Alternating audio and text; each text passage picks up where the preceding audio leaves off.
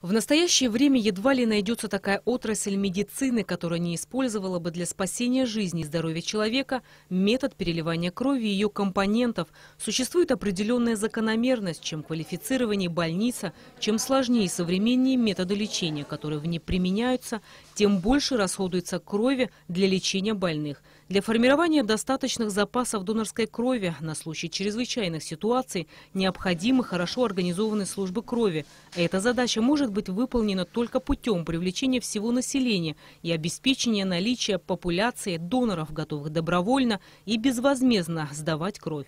Абхазскому банку крови сегодня необходим стабильный запас крови. Вот мы работаем с 2000 года, и с 2000 по 2017 год, конечно, тенденция идет к увеличению доноров кадровых. От 820 человек, допустим, в 2001 году до 1780 в прошлом, 2016 году. Необходимо 40 доноров на каждую тысячу населения кадровых.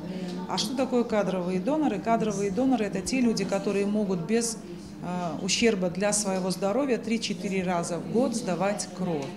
И вот такое количество доноров должно быть. В Абхазии потребности в крови и плазме высока, учитывая количество ДТП. Например, в прошлом году было перелито почти 650 литров крови. Сейчас запасов осталось немного – 140 литров плазмы и около 40 литров крови. Приходя к нам, в наш медицинский центр, в лечебное наше учреждение, сдавая кровь. Донация – это, вы знаете, это дарение. То есть человек, который сдает кровь, он фактически дарит жизнь другому человеку.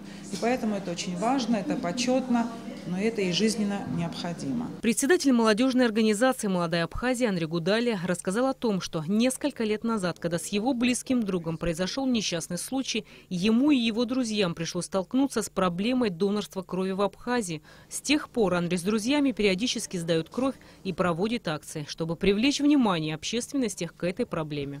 Эта акция зародилась еще, наверное, где-то в 2012 году. Волей судьбы наш друг, наш сослуживец, мы тогда служили в армии, попал в беду, ему нужна была срочно кровь. И мы столкнулись с тем, что крови нету, все в панике, все ищут, кто кого-то обзванивает. А в таких случаях время – это очень решающий фактор для того, чтобы спасти жизнь человека. И к нам пришла такая мысль, а почему бы нам не сделать акцию «Я донор» и начать раз в год хотя бы сдавать кровь. По статистике, каждый третий житель планеты хотя бы раз в жизни нуждается в донорской крови. Быть донором или нет – это личное дело каждого.